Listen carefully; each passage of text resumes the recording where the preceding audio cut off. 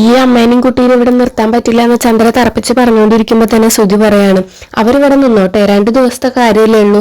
അന്ന് ശ്രുതിനെ കാണാതെ ഞാൻ അവരുടെ വീട്ടിലേക്ക് പോയപ്പോൾ എന്നെ അത്രയും ആശ്വസിപ്പിച്ചത് ഈ അമ്മയാണ്. ഈ അമ്മയുടെ വാക്കുകൾ ഞാൻ ഒരിക്കലും മറക്കില്ല. അത്രയും എന്നെ അന്ന് ആശ്വസിപ്പിച്ചിട്ടുണ്ട് എന്നിങ്ങനെ പറയട്ടോ. അപ്പോൾ നമ്മുടെ വർഷയും അതുപോലെ ശ്രീകാന്തും പറയും അവരിവിടെ നിന്നോട്ടെ, 2 ദിവസത്തെ കാര്യമല്ല. കുട്ടീനെ കാണുമ്പോൾ എങ്ങനെ അമ്മയ്ക്ക് ഇവിടെ നിന്ന് പോകാൻ പറയുന്നത്? ആ കുട്ടിയുടെ അവസ്ഥ കണ്ടില്ലേ? ഈ അമ്മയ്ക്ക് എങ്ങനെ ആ കുട്ടീനെ ഒറ്റയ്ക്ക് നോക്കാൻ പറ്റുക എന്നൊക്കെ തന്നെ പറയട്ടോ. അപ്പോൾ നമ്മുടെ ചന്ദ്രയ്ക്കും ഇവിടെ അല്ലെങ്കിൽ ഇന്നും രാത്രി ഇവിടെ വഴക്കാണ് റൂമിന്റെ പേരിൽ. അപ്പൊ ഇവർക്ക് ഇവിടുന്ന റൂം അത് നിങ്ങൾ ആലോചിച്ചിട്ടുണ്ടോ ചോദിക്കും. അപ്പൊ നമ്മുടെ ശ്രുതി പറയും അവർ ഞങ്ങളുടെ റൂമിൽ കിടന്നോട്ടെ എന്നാണ് പറയട്ടോ.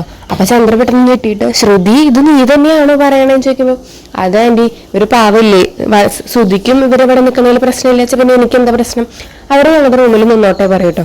അപ്പോൾ സച്ചി ഇപ്പൊ നമ്മുടെ പ്രശ്നമൊക്കെ മാറിയില്ലേ, റൂമിന്റെ പ്രശ്നം മാറി. പാർലറെടുത്ത് റൂം കൊടുക്കാന്ന് പറഞ്ഞില്ലേ, ഞാൻ ഈ കുട്ടിയെ കൊണ്ടുപോയിട്ടേ ആ റൂമിൽ എടുത്തട്ടെ എന്ന് പറഞ്ഞിട്ട് സച്ചി നേരെ ആ കുട്ടീനെ കൊണ്ട് റൂമിൽ എടുത്താണ് കേട്ടോ. അങ്ങനെ ആരും ഇല്ലാത്ത സമയം നോക്കി ശ്രുതി ആ കുട്ടിയുടെ അടുത്ത് വന്ന് നോക്കുന്നൊക്കെ ഉണ്ട്. പക്ഷെ ശ്രുതിക്കൊന്നും ചെയ്യാൻ പറ്റാത്ത കാരണം ശ്രുതി അവിടുന്ന് വേഗം തന്നെ പോവുകയാണ്.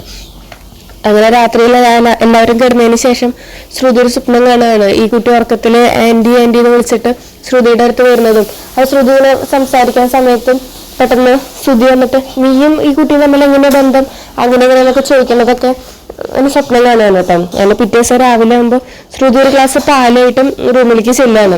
ആ സമയത്ത് നമ്മുടെ രേവതി ആണെങ്കിൽ കുട്ടിക്ക് ഭക്ഷണം കൊടുക്കും. അങ്ങനെ രേവതിനെ 1-2 പറഞ്ഞിട്ട് അവിടെ നിന്ന് പറഞ്ഞയക്കാണ്. എന്നിട്ട് വാതിലടച്ചതിന് ശേഷം ശ്രുതി അമ്മോട് ചോദിക്കുകയാണ് നിങ്ങളത് എന്താ ഇവിടെ കാണിച്ചു കൂട്ടണേ, ഞാൻ ചെയ്യേണ്ട കാര്യങ്ങളൊക്കെ എന്ത് അവള് ചെയ്യണേ എന്നിങ്ങനെ ചോദിക്കും.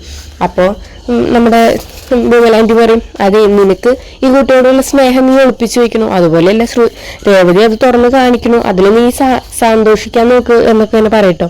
അതൊക്കെയാണ് ഇന്നത്തെ എപ്പിസോഡിൽ.